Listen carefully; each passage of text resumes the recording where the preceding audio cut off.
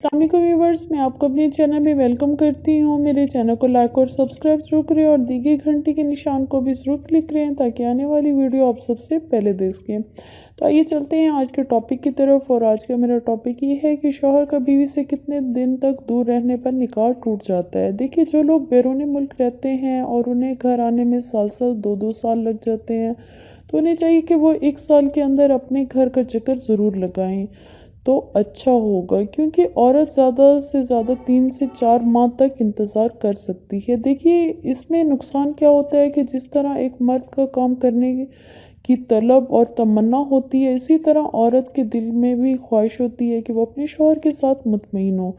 तो शौहर घर से दूर होता है तो ये ना हो कि उसके कदम कहीं और भटक जाए। तो मर्द को भी चाहिए कि अपनी बीवी के साथ राब्ता स्ट्रॉन्ग रखे, उसे अपने एतमाद में रखे। ये ना हो कि दूर हो के दूरियां ही मुकद्दर बन जाएं। तो मर्द को चाहिए कि कोशिश करे कि पहले तो वो अपनी बीवी को अपने पास बुला ले। अगर वो किसी वजह से नहीं बुला सकता तो उसे उससे उसे अपने आप से खुद से दूर ना करे, फ़ोन पर भी उसे अपने करीब रखे। अक्सर औरतें शौहर का लंबे अरसे तक इंतज़ार कर लेती हैं, लेकिन अपनी रजामंदी से। लेकिन जो औरत नहीं कर सकती, उनके शौहर को चाहिए कि वो साल में ज़रूर चक्कर लगाए। तो उम्मीद करती हूँ वीडियो अच्छी लगी होगी। नेक्स्ट वीडियो तक इजाज़त दें। अल्लाह हाफिज़।